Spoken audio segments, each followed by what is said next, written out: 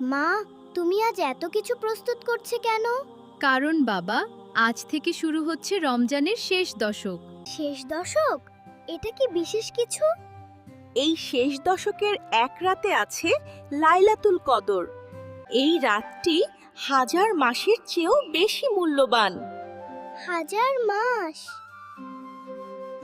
তাহলে এই রাতে আমরা কি করি?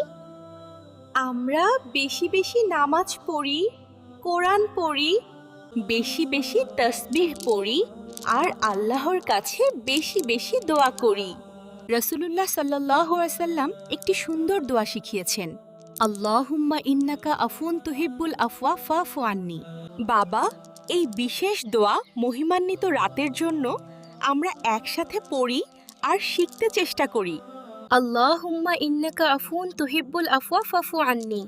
আল্লাহুম্মা ইন্নাকা আফুন তুহিব্বুল আফওয়া ফাফু আন্নি। মায়ের মানে কি?